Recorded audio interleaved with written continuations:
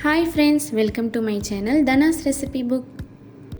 இன்றைக்கி நம்ம ரொம்பவே ஹெல்தியான வெஜ் மஞ்சூரியன் எப்படி செய்யலாம் அப்படிங்கிறத பார்க்க போகிறோம்.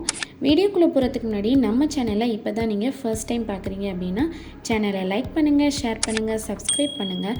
மறக்காமல் பக்கத்தில் இருக்க பெல் ஐக்கானை கிளிக் பண்ணிவிட்டு ஆளுங்கிற ஆப்ஷனை எனேபிள் பண்ணிக்கோங்க. வாங்க வீடியோக்குள்ளே போகலாம்.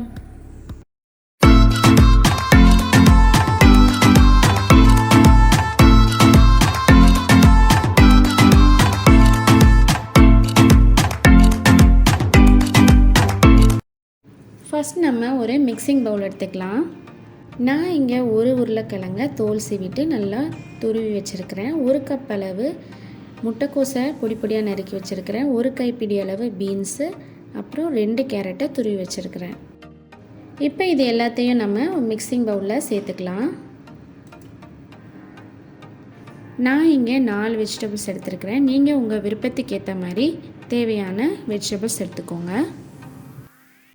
இப்போ இது கூட 2 டேபிள் ஸ்பூன் அளவு கார்ன்ஃப்ளவர் மாவு சேர்த்துக்கலாம்.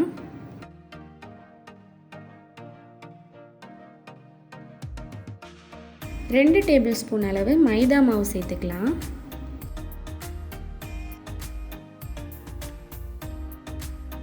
ஒரு டேபிள் ஸ்பூன் அளவு நம்ம அரிசி மாவு சேர்த்துக்கலாம்.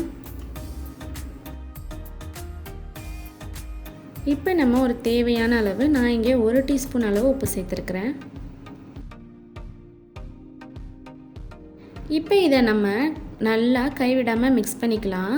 இதுக்காக நம்ம எக்ஸ்ட்ரா தண்ணி எதுவும் சேர்க்க போகிறது இல்லை, ஏன்னா இந்த வெஜிடபிள்ஸ்லேயே நிறையா நமக்கு தண்ணி இருக்கும். ஸோ அதை வச்சே நம்ம இப்போ மிக்ஸ் பண்ண போகிறோம்.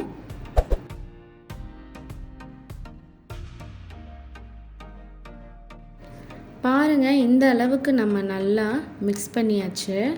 தண்ணியே சேர்க்காமல் நமக்கு இந்த அளவுக்கு நல்லா மிக்ஸ் ஆகிருக்கு பாருங்கள்.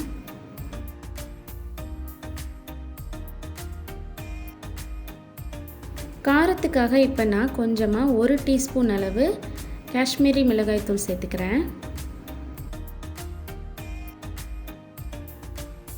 சேர்த்துட்டு நல்லா மிக்ஸ் பண்ணிக்கலாம்.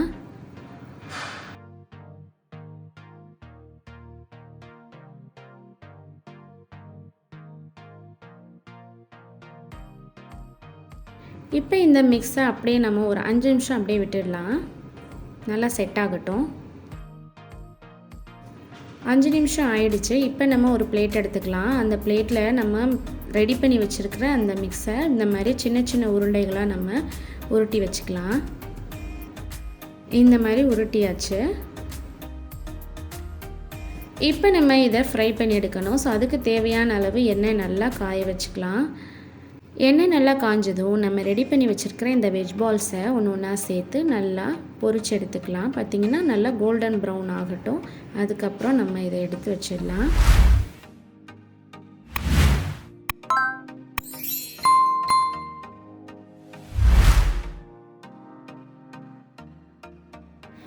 மீடியம் ஃப்ளேம்லேயே இருக்கட்டும், அப்போ தான் உள்ளே நல்லா வேகும்.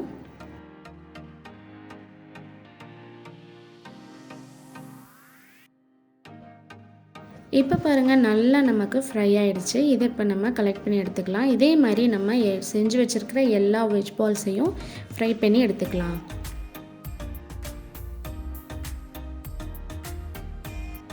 நம்மளோட வெஜ் பால்ஸ் நல்லா ஃப்ரை ஆகி ரெடியாக இருக்குது.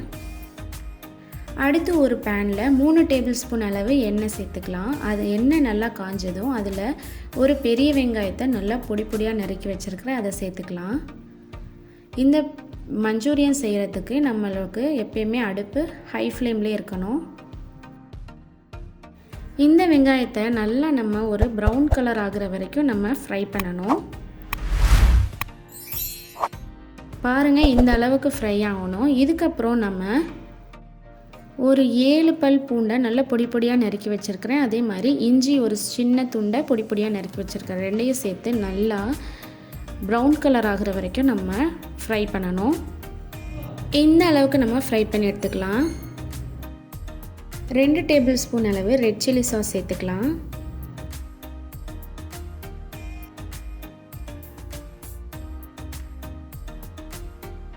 ஒரு டேபிள் ஸ்பூன் அளவு சோயா சாஸ் சேர்த்துக்கலாம்.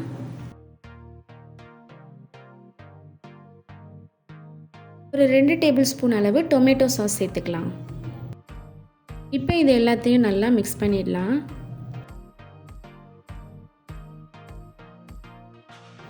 தேவையான அளவு உப்பையும் சேர்த்துக்கலாம். 1 டீஸ்பூன் கார்ன்ஃப்ளவர் மாவு, 4 டேபிள் ஸ்பூன் தண்ணி சேர்த்து ஒரு கார்ன்ஃப்ளவர் மிக்ஸை இப்போ நம்ம இது கூட சேர்த்துக்கலாம். சேர்த்துட்டு நம்ம விடாமல் நல்லா மிக்ஸ் பண்ணும்போது நல்லா திக்காக ஆரம்பிக்கும்.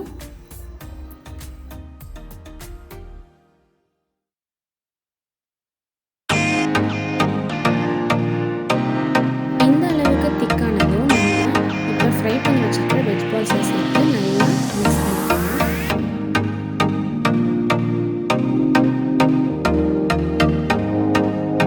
இப்போ இது மேலே நம்ம பொடியாக நறுக்கி வச்சுருக்கிற கொத்தமல்லி தலையை தூவிக்கலாம். உங்ககிட்ட ஸ்ப்ரிங் ஆனியன்ஸ் இருந்தால் அதை சேர்த்துக்கோங்க, இன்னும் சூப்பராக இருக்கும்.